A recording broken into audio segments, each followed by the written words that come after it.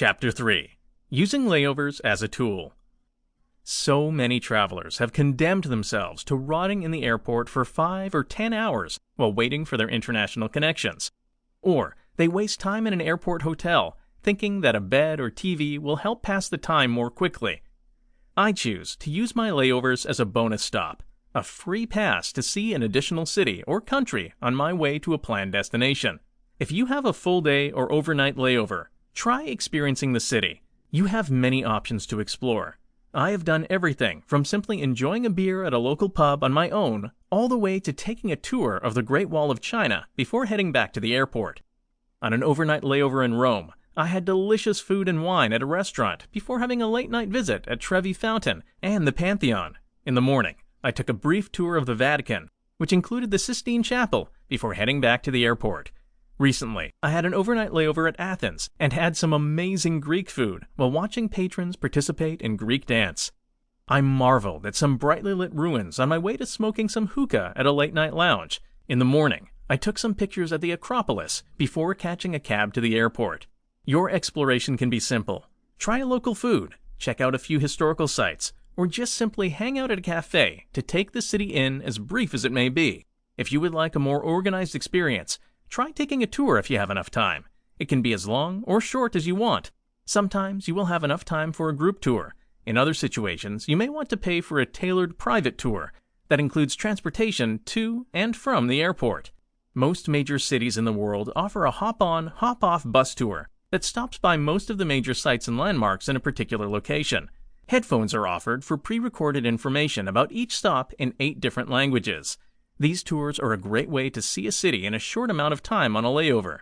You can choose to stay at each attraction for a quick photo before you hop back on the bus, or spend some time exploring and take the next bus once you are satisfied. If you have a shorter layover and do not have time to ride the bus for the entire loop, you can take a taxi to the airport from any point during the hop-on, hop-off bus loop, according to your flight schedule demands.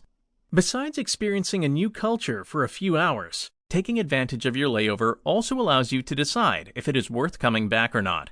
It's a lot like wine tasting. If you like what you see, you buy the bottle. If not, you pour out your glass and move on to the next stop. Remember to keep careful track of time if you choose to leave the airport on a layover. You must budget time to go through customs and verify in advance whether or not you need a visa to enter the country in which you have just landed. Nothing is more frustrating than the added time and expense of missing a flight, whether it be on a layover, at a planned destination, or on your way home. So, be sure to research how much time it takes to get to the city center and back by taxi, bus, train, or whatever form of transportation you choose. When time is tight, I prefer to use the more direct, yet more expensive choice of a taxi or Uber.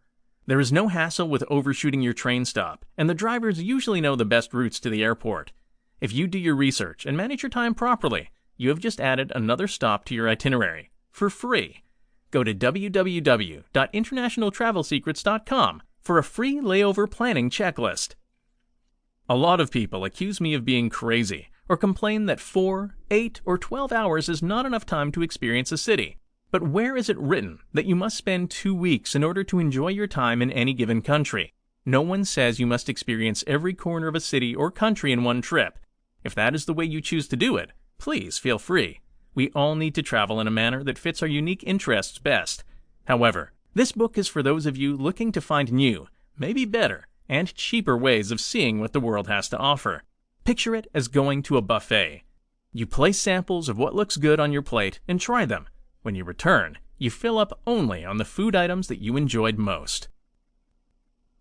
Chapter 4. The 2-Day Stay. For those of you who are traveling on a budget or cannot get extended time off work, consider the 2-day stay in each city.